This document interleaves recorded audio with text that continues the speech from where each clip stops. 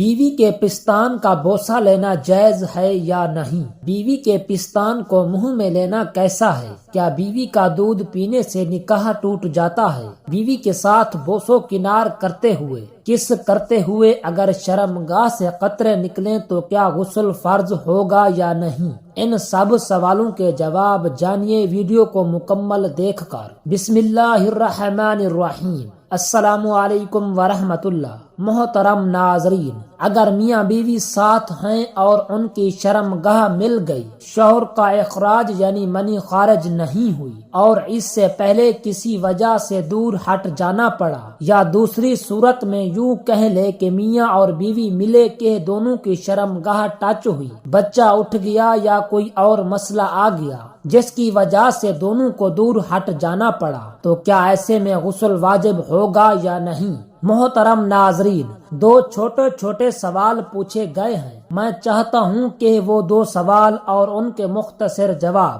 آپ کے ساتھ شیئر کر دوں۔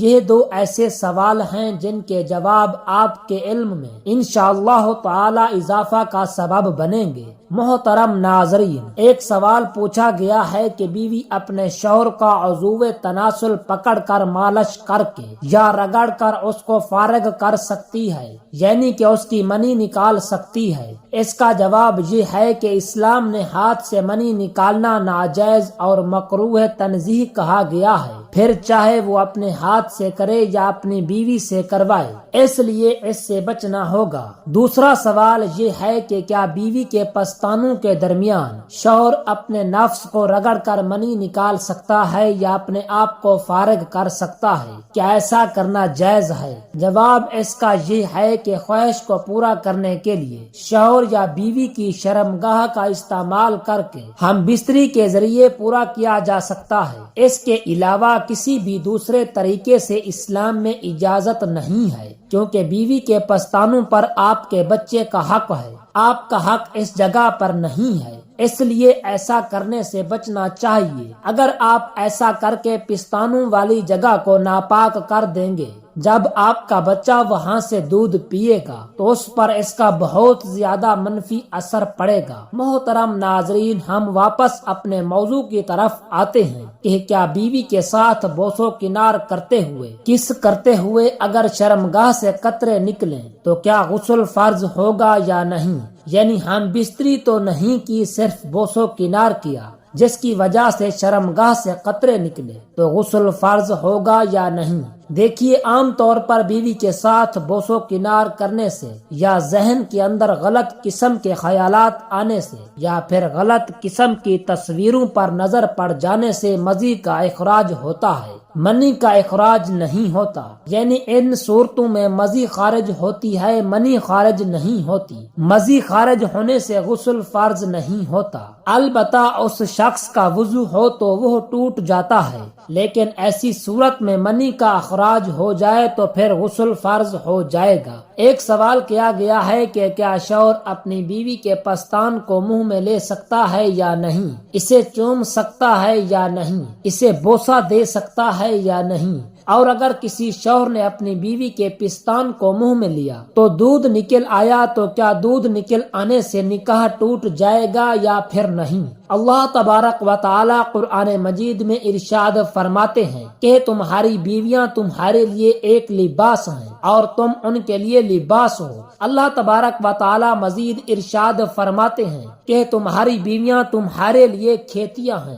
تم جس طریقے سے چاہو جہاں سے چاہو داخل ہو جاؤ۔ یہ تمہاری کھیتیاں ہیں مگر داخل ہونے میں کچھ احتیاط بھی ہے۔ اگر کوئی شخص اپنی بیوی کے پستان کو منہ میں لیتا ہے تو منہ میں لینا تو بالکل جائز اور درست ہے، اپنی بیوی کے پستان کو بوسہ دے سکتا ہے۔ فقہائے کرام اور علماء کرام فرماتے ہیں کہ اگر کوئی بیوی اور شوہر آپس میں ملتے ہیں، ہم بستری کرتے ہیں، تو ہم بستری کرنے کے دوران اگر کوئی شوہر اپنی بیوی کے پستان کو منہ میں لیتا ہے یا اسے بوسہ دیتا ہے یا اسے چھیڑتا ہے تو یہ اسے ہم بستری پر مارنے کی ایک علامت ہے۔ ہم بستری کرنے کا ایک ذریعہ اگر کوئی شوہر اپنی بیوی کے پستان کے ساتھ کھیلتا ہے یا بوسہ لیتا ہے یا پھر اسے منہ میں لیتا ہے، یہ بالکل جائز اور درست ہے۔ اس لیے کہ یہ دونوں کے درمیان ہم بستری کرنے اور ابھارنے کا ایک ذریعہ بھی ہے۔ اب وہ دوسری بات کہ اگر کسی شوہر نے اپنی بیوی کے پستان کو منہ میں لیا اور دودھ نکل آیا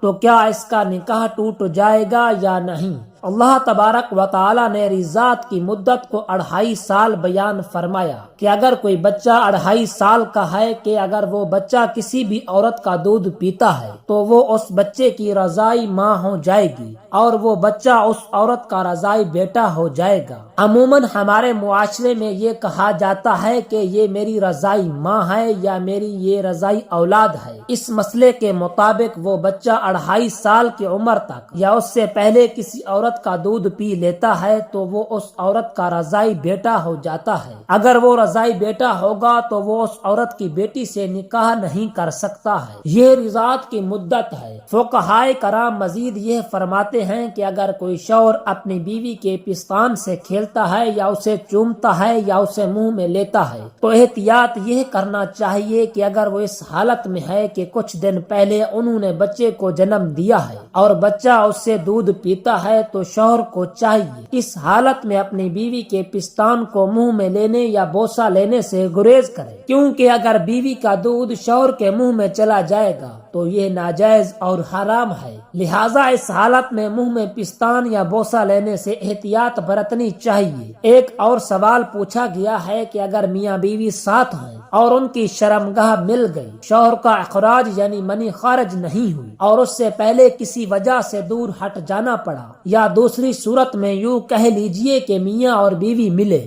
کہ دونوں کی شرمگاہ ٹچ ہوئی، بچہ اٹھ گیا یا کوئی اور مسئلہ آ گیا جس کی وجہ سے دونوں کو دور ہٹ جانا پڑا، تو کیا ایسے میں غسل واجب ہوگا یا نہیں؟ ایک حدیث کا مفہوم ہے کہ آپ صلی اللہ علیہ وسلم نے فرمایا کہ جب ختنہ سے ختنہ مل جاتا ہے تو غسل ٹوٹ جاتا ہے۔ اگر ہم بستری نہ بھی کی ہو تو مکمل طور پر عورت کی شرمگاہ میں مرد کی شرمگاہ نہ بھی گئی ہو اور صرف ٹچ ہو کر دور ہٹ گئے ہوں تو پھر بھی غسل واجب ہو جائے گا، اس لیے کہ جب شرمگاہ سے شرمگاہ چھو جاتی ہے، ٹچ ہو جاتی ہے۔ حدیث پاک کے الفاظ پر غور فرمائیے کہ ختنہ سے ختنہ ملنا سامنے کے حصے کو یعنی کہ مرد کے سامنے کا حصہ اور عورت کے سامنے کا حصہ مل جائے تو غسل ٹوٹ جاتا ہے اور غسل واجب ہو جاتا ہے۔ اگر کبھی ایسا ہوا ہو کہ انسان ہے کہ بچے اٹھ گئے، کوئی مہمان آ گئے یا کوئی اور مسئلہ ہو گیا، شوہر صرف اپنی بیوی کے پاس گیا کہ شرمگاہ ابھی پوری بھی داخل نہیں ہوئی تھی